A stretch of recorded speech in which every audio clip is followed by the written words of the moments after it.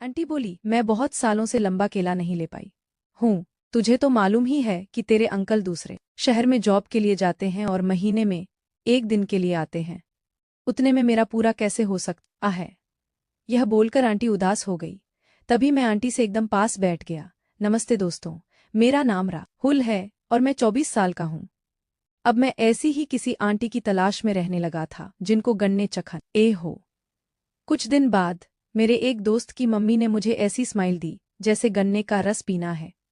मेरे दोस्त की मम्मी एकदम अच्छी है। उनकी बहुत दुकान बड़ी है और रंग एकदम गोरा है। मैंने उनकी तरफ जब देखा तो उन्होंने मुस्कान दी। मैं अपने दोस्त को देखने लगा।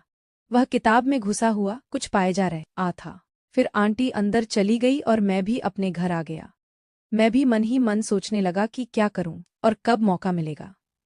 इस दोस्त की मम्मी को अपनी दोस्त बनाने का अगले दिन बाद मुझे उसकी माँ का फोन आया। वे बोली कि उन्हें कुछ काम में मेरी मदद चाहिए। उस वक्त मेरा दोस्त शहर से बाहर गया था। वह अपने पापा से मिलने गया था। उसके पापा किसी दूसरे शहर में जॉब करते थे और वे महीने में एक बार ही घर आते थे। मैं तुरंत समझ गया कि आज आंटी ने मुझे बुलाया है तो जरूर कुछ खेल हो सकता है। तो मैं फटाफट से आंटी के घर पहुंचा। वहां पहुंचते ही मैंने देखा कि मेरे दोस्त की मम्मी ने अपनी गाड़ी तैयार रखी थी। आंटी ने मुझे थोड़ा सा सामान बाहर निकालने को कहा जो उनके कमर में ऊपर की तादान पर रखा था। मैं एक सीढ़ी पर खड़ा था और आंटी को सामान निकाल निकाल कर दे था जा रहा था। वे गाउन में सारा काम कर रही थी।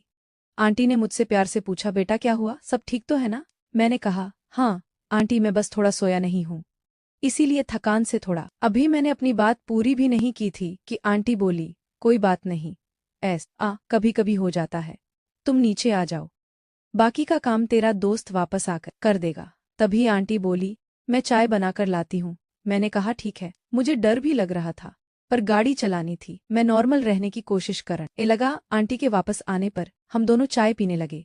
आंटी ने मुझसे सीधे पूछा, तुम्हारी गर्लफ्रेंड कैसी है।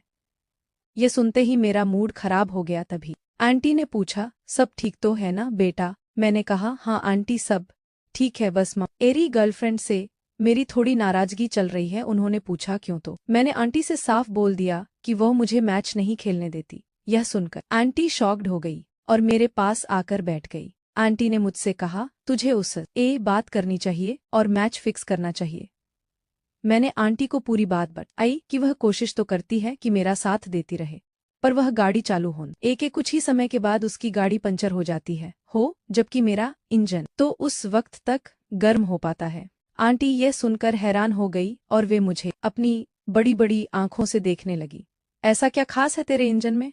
मैंने कहा, सॉरी आंटी, मुझे आपको ये नहीं बताना चाहिए था, ये मेरी पर्सनल प्रॉब्लम है। वे बोली, ये पर्सनल प्रॉब्लम तो सबके साथ होती है, बस कोई बताता नहीं है। मैंने आंटी से पूछा, क्या आपके साथ भी ऐसा ही होता है। आंटी धीरे से बोली, हाँ, पर मेरे साथ उल्टा होता है। मैं भी बहुत सालों से लंबा मैच नहीं खेल पाई हूँ। तुझे तो मालूम ही है कि तेरे अंकल दूसरे शहर में जॉब के लिए जाते हैं और महीने में एक दिन के लिए आ पाते हैं। उतने में मेरा पूरा कैसे हो सकता है। यह बोलकर आंटी उदास हो गई। तभी मैं आंटी से एकदम पास बैठ गया। उन्होंने मुझे कुछ नहीं कहा। फिर मैंने उनसे पूछा, क्या हम एक दूसरे की मदद कर सकते हैं। इस पर आंटी गुस्सा करने लगी, तुम मेरे बेटे जैसे हो।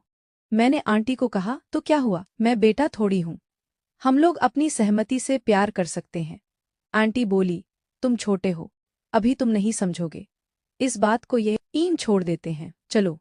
ऐसा बोलकर वो उठी और जाने लगी। मैंने आंटी से कहा, बस एक बार के लिए मेरी गर्लफ्रेंड बन जाओ कि सी को कुछ नहीं पता चलेगा। अब आंटी थोड़ा सोचने लगी। फिर मैंने अपना इंजन चालू किया, गाड़ी चलाई। पहले तो आंटी ने मेरा साथ नहीं दिया, पर कुछ पल बाद वे थोड़ा शांत हो गई और उन्होंने मुझसे कुछ नहीं कहा। हमारे मैच हुआ। मैंने कहा, पसंद आया। वे हंसकर बोली, मस्त है, अब इसका मैच देखना है कि कितना लंबा चलता है। मैंने खूब गाड़ी चलाई। उन्हें प्यास लगाई थी। मैं पानी लेने चला गया। पानी पीने के बाद आंटी बोली, आज मैच खेलने में मजा आया। यह बोलकर वे हंसने लगी। फिर उन्होंने शॉवर लेने के लिए कहा। उसके बाद आंटी ने मेरे लिए मेरे दोस्त के कपड़े निकाल कर दी। आंटी हंसने लगी। फिर वे बोली, अब तेरे टावर के नेटवर्क आने लगे हैं तो फिर से कॉल मिला ले। मैं समझ गया कि आंटी को दोबारा मैच खेलने मन हो गया है, आप जब भी मेरा मन करता हमारे बीच मैच हो जाता। तो दोस्तों, यह कहानी सुनने के बाद आप सबकी क्या राय है?